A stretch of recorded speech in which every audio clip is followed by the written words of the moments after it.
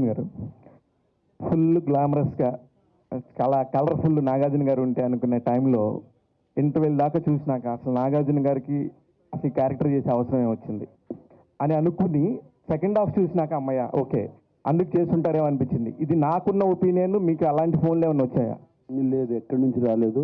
Actually చాలా మంది చాలా బాగున్నాను అన్నారు సార్. డెఫినెట్గా బాగుంది సార్. నేను అన్నది పాయింట్ కూడా నేను అదే సార్.